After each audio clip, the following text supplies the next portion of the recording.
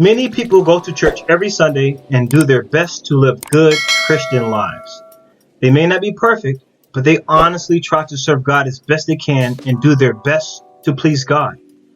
These good, God-fearing people believe their pastors are leading them exactly how God wants, and that they are being taught by someone who should be in a position to know. After all, pastors are spiritual leaders, and people expect spiritual leaders to know more about God than them. So it makes sense that people would trust their pastor to lead them the right way. Sadly, many pastors claim to know, serve, and love God, but don't listen to what God said about how He wants people to live. You see, God hates sin, and if sin isn't forgiven, it will separate us from God and ultimately cause eternal damnation.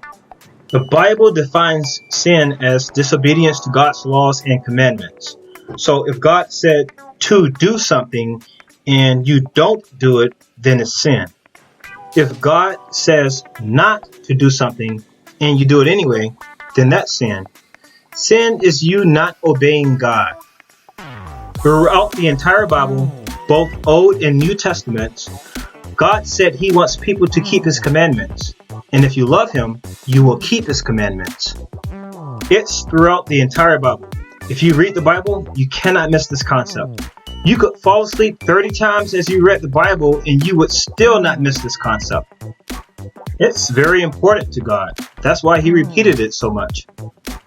He also said that His laws and commandments will always exist, and everything He said would happen will happen. This includes everything, from prophecies to the time Jesus returns to earth, everything. He also said He would not change His mind about people obeying His laws and commandments, that not one word or letter of His commandments will be erased. You have to understand, God doesn't like it when people don't listen to Him, and He does not accept anything that does not follow His instructions about how He wants things done. You see, there are sins most people know about. Sins like killing, stealing, robbing, etc. But there are also other sins people don't know much about that anger God. Other types of disobedience He doesn't like. There are laws and commandments God said He wants people to live by forever and throughout all their generations. Old and New Testaments, forever. Commandments such as properly honoring the Sabbath are supposed to be obeyed. By the way, for thousands of years, the Hebrew people observed the Sabbath every week, and the Sabbath starts Friday night and lasts until Saturday night. People are also supposed to respect what God said about the diet He wants His people to follow.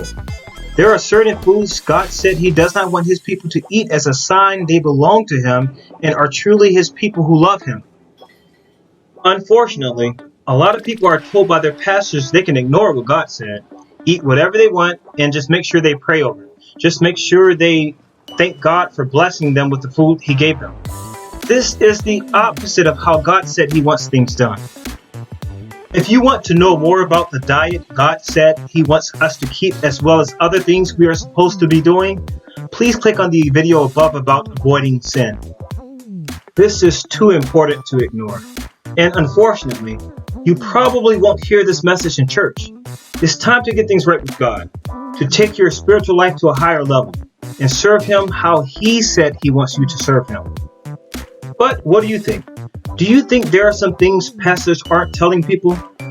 Why do you think they are doing this? Do you think it's because they are not aware of these things, or that they are more concerned about maintaining traditions? Please leave your comments below. I would love to know what you think. If you enjoyed this video and would like to learn more interesting things and be exposed to more truth, please click on the subscribe button below, click on the notification bell so you won't miss any future videos, and don't forget to share this video with your friends and family. I love you all. Shalom.